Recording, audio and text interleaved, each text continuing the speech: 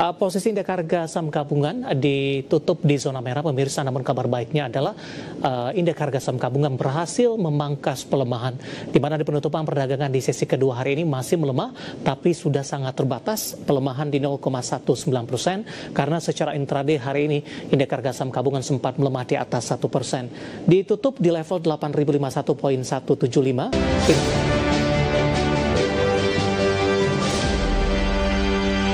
Terima kasih untuk Anda yang masih bergabung bersama dengan kami, dan di segmen ini kita akan review jalannya perdagangan di sepanjang hari ini.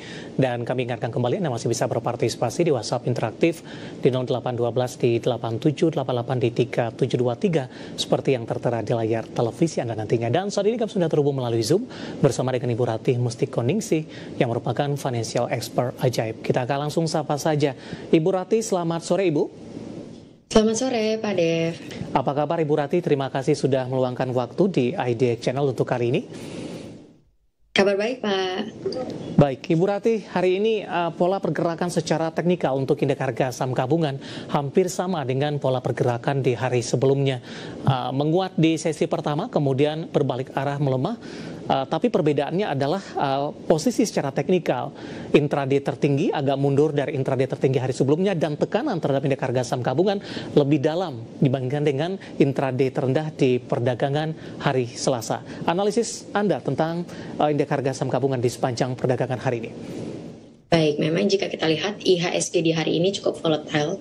Hari ini seperti di hari kemarin ya, kemarin sempat turun ya ke 3%. Kemudian hari ini juga IHSG sempat turun juga di atas 1%-an. Jadi kalau untuk 2 hari ini memang di IHSG dilanda aksi profit taking, yang dimana hari ini juga sempat menyentuh level psikologisnya ya, bahkan sempat menyentuh di area 7.900 untuk pergerakan IHSG di hari ini. Dan walaupun memang sedikit menguat ya di akhir sesi, karena memang sejalan juga sama pergerakan bursa di kawasan Asia Pasifik yang cenderung positif. Itu untuk pergerakan IHSG. Jadi strategi untuk IHSG sendiri kita pertimbangkan secara support ya, secara teknikal ya masih ada di level psikologisnya 8.000, kemudian 8.000 sampai di 7.900 untuk area level supportnya, di area support terdekat dari IHSG. Kemudian kalau untuk reversal, kita melihat ada potensi reversal ya di hari esok jika memang tidak ada sentimen negatif secara global.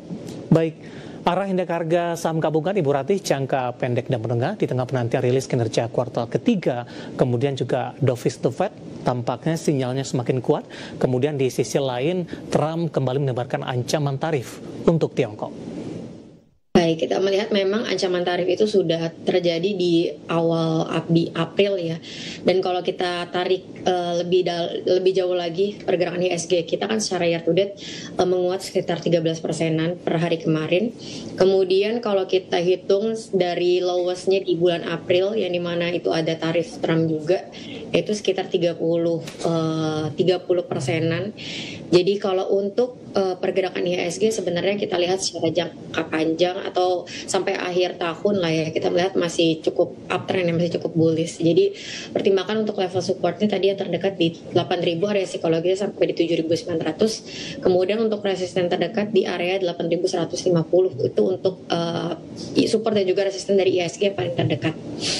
Baik Ibu Ratih, tampaknya saham-saham konglomerasi masih menjadi pemberat indeks harga saham gabungan, meskipun pelemahannya juga sudah mulai terbatas jika dibandingkan dengan kontribusi yang terjadi ketika indeks harga saham gabungan melemah di atas 3% secara intraday di perdagangan hari sebelumnya. Dari sisi sektoral, teknologi hari ini menjadi atau mencatatkan pelemahan terdalam. Ada MLPT di sana, kemudian juga ada Wi-Fi, Ibu. Kita ke MLPT terlebih dahulu, Ibu. Analisis dan rekomendasinya di tengah tekanan dalam yang terjadi di sepanjang perdagangan hari ini, melemah hampir 15% di Rp164.200 per sahamnya. Analisis untuk MLPT.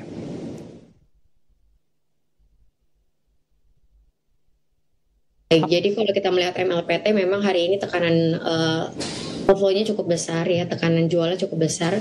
Kita lihat volume juga volume jualnya cukup tinggi hari ini, dan kita lihat penurunannya hampir ya di 14% dan hampir 15%. Untuk saat ini memang pergerakannya ada di area level supportnya ya, di dekat MA20-nya. Jadi pertimbangkan area level support terdekatnya di 156 untuk untuk MLPT di 156975 ya, atau di 156900 lah. Itu untuk area support terdekat dari MLPT di area MA20-nya. Itu untuk MLPT. Ya, dengan pelemahan dalam hari ini supportnya masih terjaga tidak, Bu? Dan direkomendasikan masuk atau masih ada ruang pelemahan lanjutan untuk MLPT? Baik, jadi kalau untuk MLPT lebih ke wait and see dulu ya, karena kita lihat sebenarnya walaupun masih ada di level supportnya tadi di 156900, tapi bisa pertimbangkan untuk wait and see dulu karena hari ini tekanan jualnya cukup tinggi gitu ya. Jadi bisa pertimbangkan untuk wait and see jika baru mau akumulasi saham MLPT. Jadi harusnya ada konsolidasi dulu sebelum dia ada reversal. Baik, selanjutnya ada WiFi, Ibu. Hari ini berbalik melemah di 12,23% di 3.300, tapi secara intraday sepertinya tadi sempat menembus ke level intraday tertingginya, Ibu, di 4.190. Di sisi lain para investor juga masih menantikan ini sentimen pengumuman ini, siapa yang akan memenangkan lelang frekuensi 1,4 GHz yang diperebutkan oleh beberapa emiten yang juga ada di Bursa Efek Indonesia. Analisis Anda untuk WiFi? Baik, jadi memang kita melihat ada sell on news ya di saham WiFi. Jadi hari ini memang tadi sempat menguat 11% dan di atas 10% untuk saham WiFi, dan kembali ada aksi profit taking karena ada potensi tadi ada sell on news. Jadi memang kita melihat di sini volumenya juga cukup tinggi ya, volume sell-nya di sesi 2 khususnya.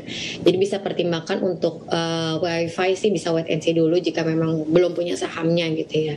Kalau misalnya udah punya level supportnya untuk saham WiFi di level 3.100 ya. Itu untuk saham WiFi yang tadi jadi level resistance, sekarang jadi level supportnya WiFi di 3.100. Baik, melemah di 12,23%, jelang penutupan hari ini bergerak di level 3.300 ini untuk WiFi yang dalam beberapa waktu terakhir juga sudah mengalami kenaikan yang cukup signifikan. Dari saham teknologi, Ibu, kita ke perbankan Big Cap terlebih dahulu. Hari ini sebenarnya perbankan Big Cap mencoba untuk bangkit dengan menopang indeks harga saham gabungan menguat ke intraday tertinggi pasca pembukaan di sesi pertama pada pagi tadi. Namun penguatan terbatas, bahkan ada yang berbalik ke zona merah dan bahkan yang berbalik untuk posisi pergerakannya ada stagnan. Tapi untuk BBRI hari ini mengalami koreksi yang paling dalam, Ibu, di mana melemah di 1,41% di 3.500 intraday di 3.450. Analisis secara teknikal untuk BBRI sudah menyentuh titik support tidak, Bu?